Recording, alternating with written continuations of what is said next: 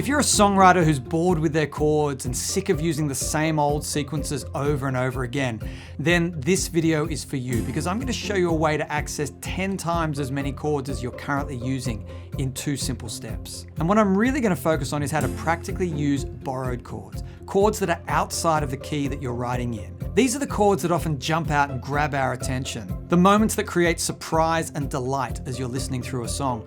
And learning how to use borrowed chords will help you create more contrast, take your listeners on a more interesting journey by spotlighting key moments throughout your song, and ultimately give you the tools to take your songwriting in any direction you choose. So let's start by getting really clear on identifying which chords are inside the key before we turn our attention to those that are outside the key. So in any major key, the chords are arranged as 1 major, 2 minor, 3 minor, 4 major, 5 major, 6 minor, 7 diminished. This is called a diatonic system and applies to all 12 keys in Western music. One really important thing to note here is the Roman numerals. For a major chord, the Roman numerals are uppercase. For a minor chord, they're lowercase. And this becomes important later on when we start substituting chords in and out. So these 7 chords essentially belong to a family. They share the same DNA. And in the key of C, we have C major, D minor, E minor, F major, G major, A minor, B diminished, and back to C. And we can essentially pick any of these chords at random and put together some really lovely sounding chord sequences. And this is one of the reasons that songwriters love diatonic sequences. They really work. They really sound fantastic. So we really can jump around picking any of those chords knowing they'll sound pretty good.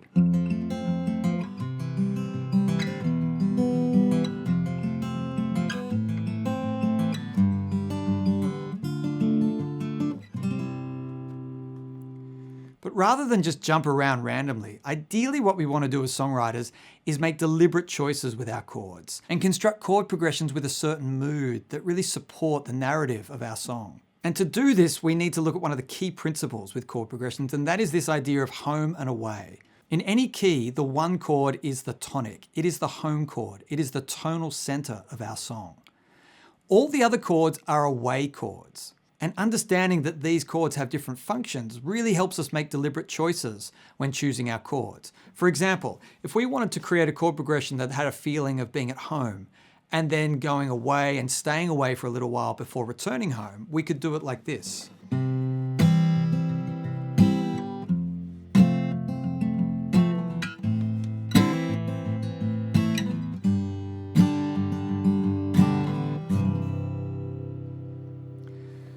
So when we're playing the C chord, because it's the tonic in that key, that's when we're at home. The rest of the time we're away. And those away chords not only give us different textures and colors to paint with, they create tension that can then be resolved when we go back to the home chord. If we want to extend or delay the resolution, we can simply stay on the away chords. We can add more away chords to the sequence like this.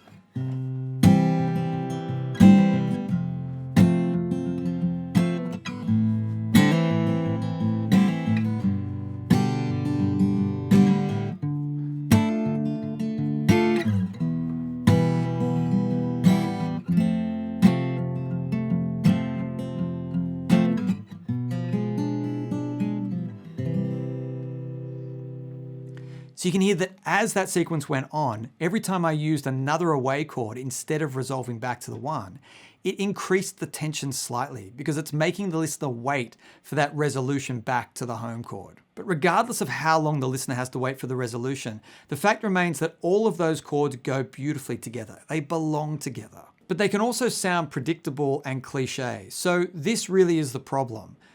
Because these chords sound so good together, we are unable to create an element of surprise by staying within the diatonic system. And the element of surprise is such an important part of songwriting and so crucial to keeping the attention of our listener. We really need it in our repertoire. And this is where the 2-step borrowed chord method really becomes important. Step 1, take one of the 7 diatonic chords and change the quality of that chord. Now, when I say change the quality, what I really mean is change the type of chord. So the chords we're going to be using throughout this video are the major chord, the minor chord, the dominant 7 chord, and the diminished chord. There are, of course, other chords that we could use. We could use augmented chords. We could use half diminished chords. We could use sharp 11 chords. But as you'll see, just focusing on those 4 common chords is going to explode our options when we start playing around with different chord progressions. So if we go back to our diatonic sequence and take the 2 chord, the D minor, we can change that D minor into a D major, a D7, or a D diminished. We can do the same with the 3 chord, the E minor. We can do the same with the 6 chord, the A minor. And we can do the same with the 7 chord, the B diminished. We can then do the same with the major chords, the 1, 4, and 5, the C major, the F major, and the G major. We can change each of those majors into a minor, a dominant 7, or a diminished. Each of those chords now represent the options you have to change the quality of those chords. So let's look at some songs that use this technique beautifully. And we'll start with Otis Redding's Dock of the Bay. You can see that the song is in the key of G. So the chords in the key of G are G major, A minor, B minor, C major, D major, E minor, F sharp diminished, back to G. Dock of the Bay is using a 1, 3, 4, 2 sequence. However, instead of using 1, 3, 4, 2 diatonically, you can see that the 3 chord and the 2 chord have been changed from minor to major. So we have a sequence of 4 major chords.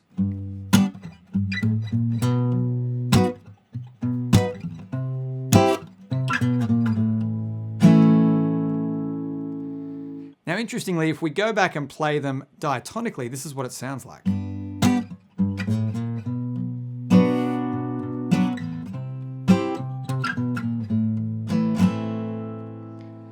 We're so used to the original that actually sounds weird, even though those chords all belong together in the key. And this is an important point to make, that when we're using step 1, when we're changing the quality of the chord, but still playing the chord off the same root note, it allows us to create sequences of chords that have subtle variations and aren't too obvious to the ear, but they're still obvious enough to create an element of surprise. This is in contrast to step 2, which we'll look at a little bit later on, because that technique really does allow us to create a lot of movement and create some fairly unusual sounds. And I've created a free PDF showing these 2 steps, laying out all the different chord options, as well as showing you the chord sequences for each of the example songs I've gone through. So if you're interested, check out the link below.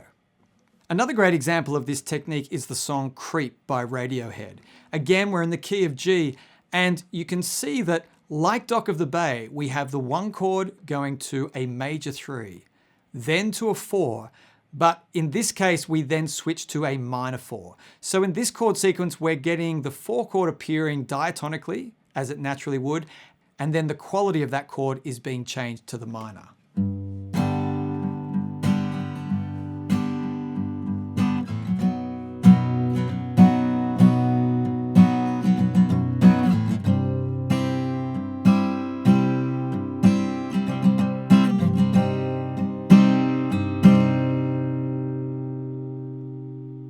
Now, before we move on, I want to talk about some key considerations when practically writing chord progressions. Because what I'm really showing you with this 2-step borrowed chord method is how to get access to essentially all the chords that are available. And having access to all the chords is great, and it gives you lots of different colors to play with.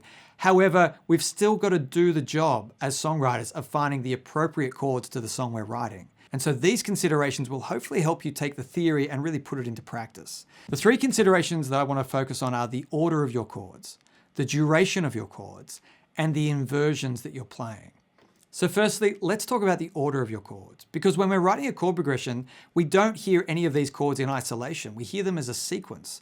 And so changing the order of the chords changes the context of each chord individually. It changes the way we perceive each chord, both in sound and function. So for example, let's take the simple chord progression C, F, A minor, G.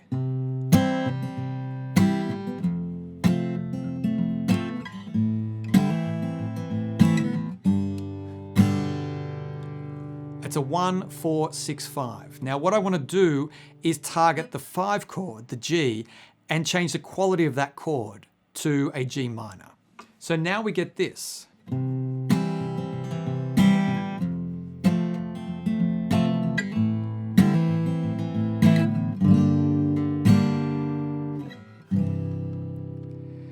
Now, because it's in the 4th position, we hear 3 diatonic chords in a row, which feels quite stable and predictable. Then when that 4th chord comes, that G minor, it really jumps out at us. It really has quite an effect, especially because it then leads us back round to the 1 chord. However, if we take that borrowed chord and now put it in the 2nd position, the whole sequence sounds different.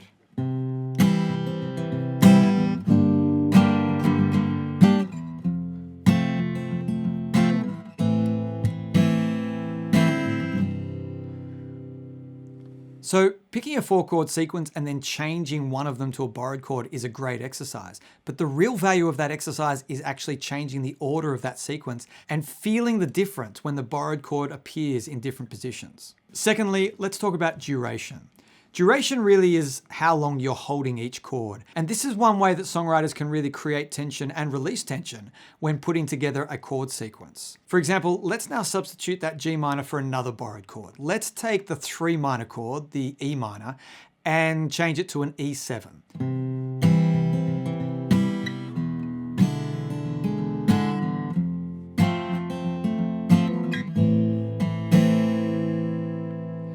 Now, I was playing all of those chords for the same duration.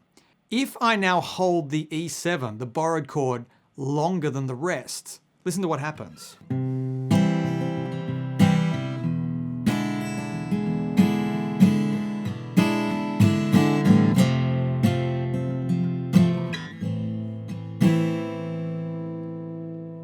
Firstly, it destabilized the whole sequence because I was holding some chords longer than others.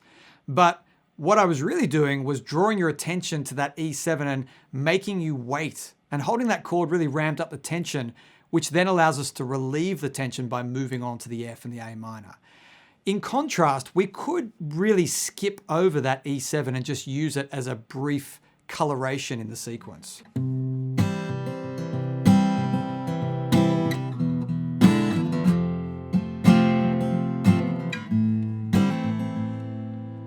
So as you're playing around with the order of your chords, also consider how long you're holding each chord and how deliberately you want to either increase the tension or relieve the tension as you're moving through the sequence. Finally, let's talk about inversions. Now, that E7 I'm playing there is a pretty big, bold kind of chord, and that makes the borrowed chord really jump out of the sequence.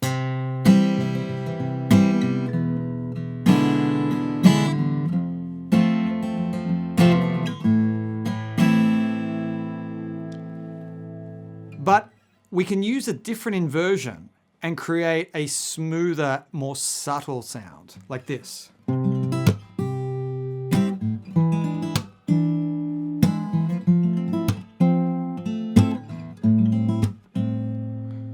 So whether you're writing on piano or guitar, choosing different inversions will change the way the chord progression sounds. And if you really want to grab people's attention with the borrowed chord that you're putting in the sequence, play around with different inversions and see which one has the most striking effect or creates the kind of sound that you're going for. Step number 2, take one of the 5 remaining notes and make that note the root of a brand new chord. So there are 12 notes in the Western music system. 7 of those notes are diatonic to a key. And that leaves 5 notes left for us to play with. What we're now going to do is take those 5 remaining notes and use them as bass notes to build chords off. So if we bring our diatonic sequence back up, you can see that those 5 notes sit in the gaps between the 1st and the 2nd note, the 2nd and the 3rd note, the 4th and the 5th and the 6th, the 6th and the 7th. Now, off each of those 5 notes, we can build the same kind of chords as we've been doing with the diatonic notes. We can make any of them major, minor, dominant, or diminished. A song that demonstrates this nicely is Best Part by Daniel Caesar. And this song is in the key of D, so the chords would be D major, E minor, F sharp minor, G major, A major, B minor, C sharp diminished, and D major. Now, as you can see, the verse of this song goes from the D major 7 to an A minor 7. So that's a 5 chord where the quality of the chord has been changed from major to minor. Then it goes down to a G major 7. Then it goes to this chord, the B flat major 7. And that B flat does not exist in the key of D. So that's one of those new bass notes that's been added and a major 7 chord has been built off it.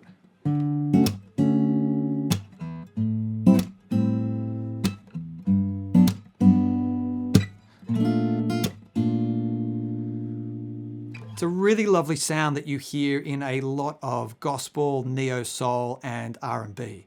Another song that demonstrates this principle is Lucy in the Sky with Diamonds by the Beatles. And I've actually made an entire video on that song, which you can check out here, where I break down all the chords throughout the different sections. But here I just want to focus on the 4 verse chords. And the song's in the key of A. So we would have the chords A, B minor, C sharp minor, D, E, F sharp minor, G sharp diminished, back to A. The first chord is the 1 chord. The second chord is an A over G, the 1 over a flat 7. And that creates essentially a dominant sound. So it's going from a 1 chord to a 1 dominant. Then we get the F sharp minor, and then we get this chord, the flat 6. So we have this chromatic bass line.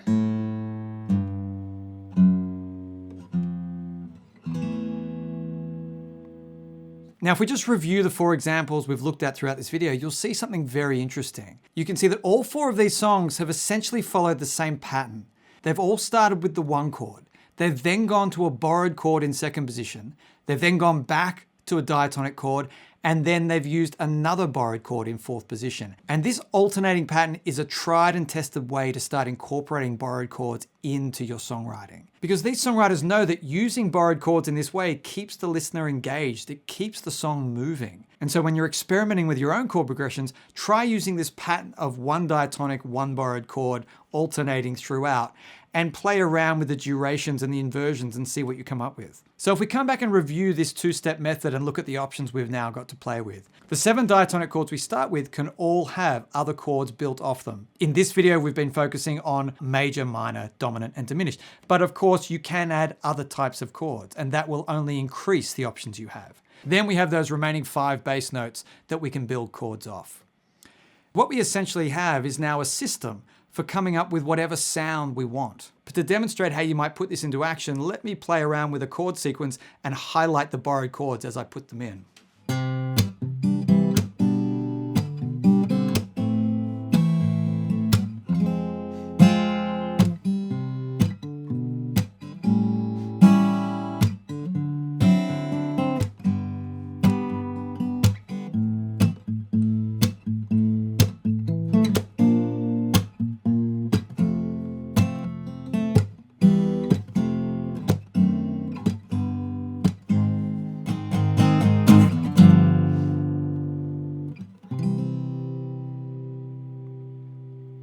So remember, this method is phenomenal for expanding your chord repertoire, but the job for all of us is to put it into action and transform it from theory into a tool that elevates and enhances our songs. Happy songwriting. Bye.